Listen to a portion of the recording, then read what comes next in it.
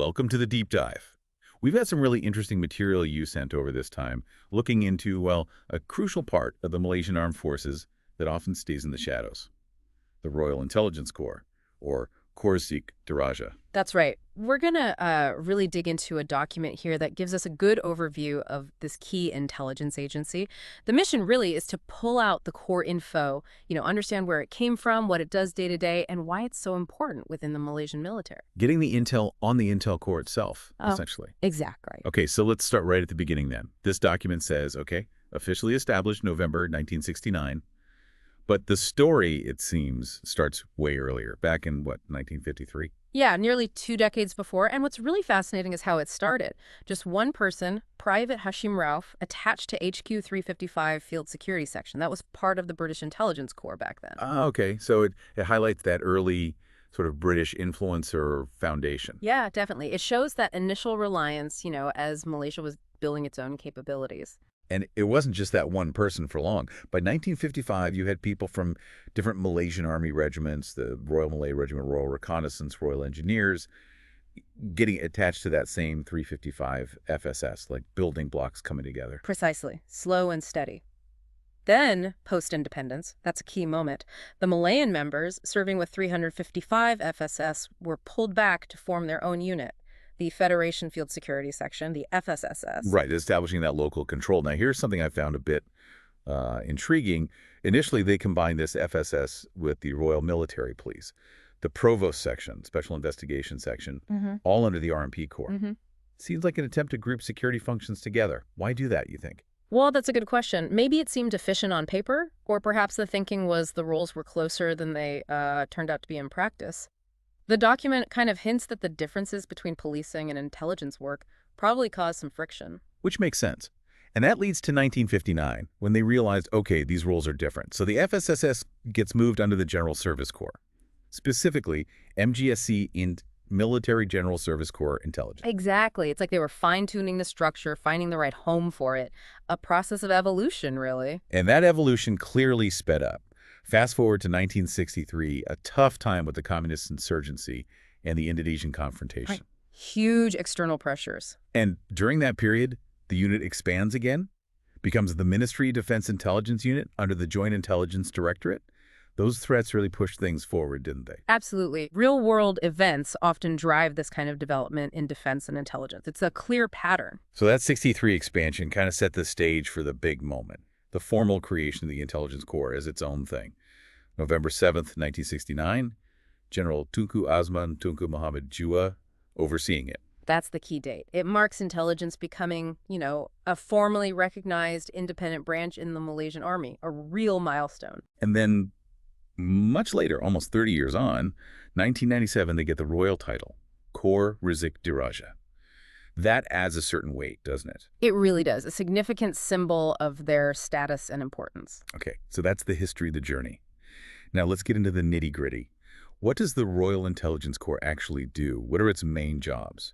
Well, the document lays out a pretty wide range of tasks. The Corps, naturally, is intelligence gathering, collecting information from all sorts of places. Right, step one. Then that raw info needs processing. That's intelligence analysis, turning data points into something meaningful, something decision makers can actually use. Making sense of it all. And it also mentions psychological warfare, PSYOPs.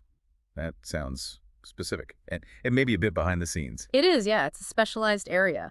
PSYOP is basically about using information strategically, trying to influence how adversaries or even populations think and behave, shaping perceptions to meet strategic goals. Interesting. Okay, what else? Surveillance, espionage, reconnaissance, and counterintelligence. That last one, counterintel, feels really crucial, protecting themselves, right? Absolutely vital. Counterintelligence is all about stopping hostile agencies or groups from spying on you or disrupting your operations. It's the defensive side of the intelligence coin, essentially, protecting secrets and personnel. And they're also in charge of propaganda and counterpropaganda for the army.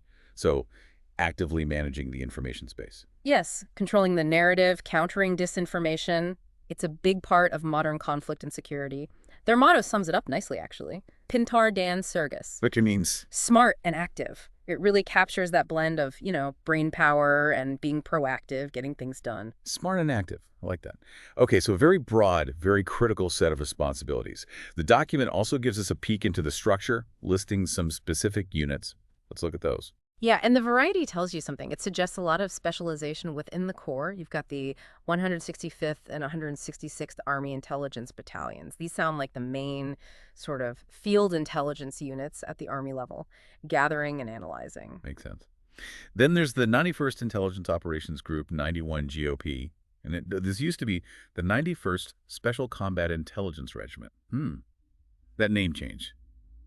Does that suggest a shift? Maybe less direct combat, more broad intel operations? That's a very plausible reading. Moving from combat intelligence to intelligence operations could definitely imply a wider scope, maybe beyond just immediate battlefield intelligence. More strategic, perhaps? Could be.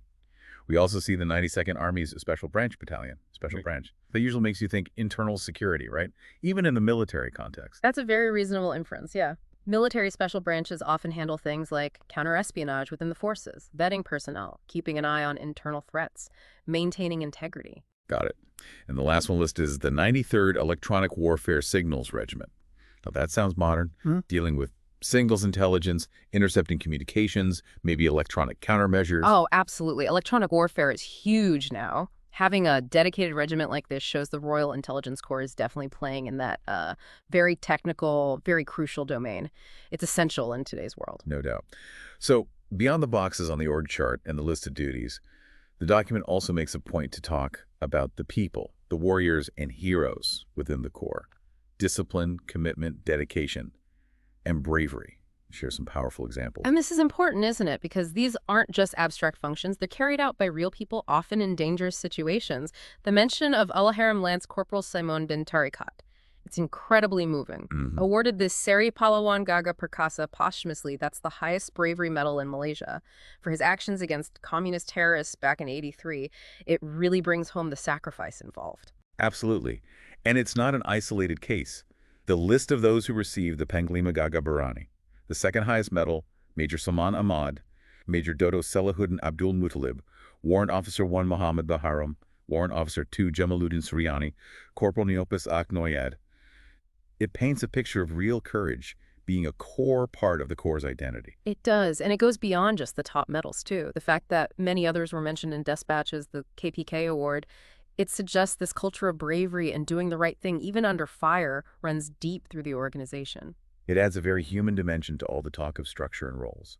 Finally, the document notes the Colonel-in-Chief HRH Sultan Muhammad V, the Al-Sultan of Kelantan. Having royal patronage like that, it must signify something important about the Corps' standing. Yes, definitely.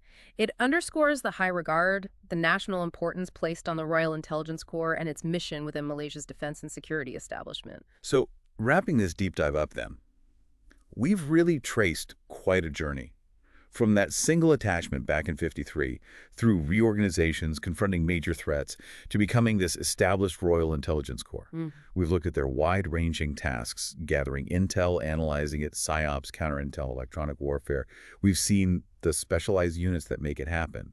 And importantly, we've acknowledged the human element, the bravery and sacrifice recognized with the nation's highest honors. And pulling it all together, you can really see how the story of the Royal Intelligence Corps mirrors the security challenges Malaysia itself has faced over the decades.